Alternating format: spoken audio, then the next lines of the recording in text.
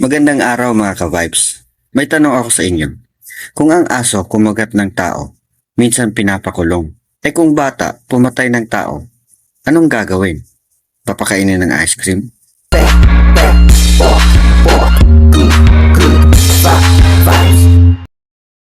Alam nyo, may isang bata, 14 years old, pero parang tatay na ng krimen. Nangungupit, nanunutok, tapos pag nahuli, sabi ng polis, ay, minor de edad to, release na yan. Parang magic, wala pang 24 hours, free na ulit. Ilang beses na ba nating nakita sa balita na yung mga ganyang bata bumabalik sa mas malalang gawain?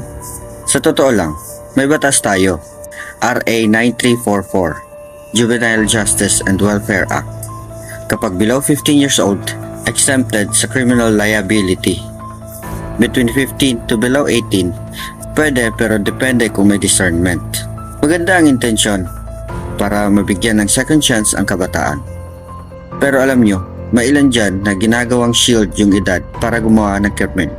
Parang may VIP pass sa kulungan. Minor ako, boss.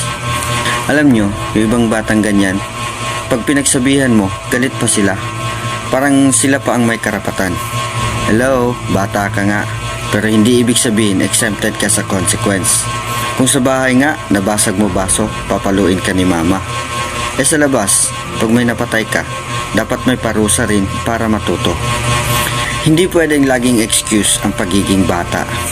Kayo mga ka-vibes, anong tingin nyo? Dapat ba may parusa pa rin kahit minor? Comment nyo sa baba, gusto kong marinig opinion nyo. Baka kayo may mas magandang solusyon kaysa sa ice cream at free pass.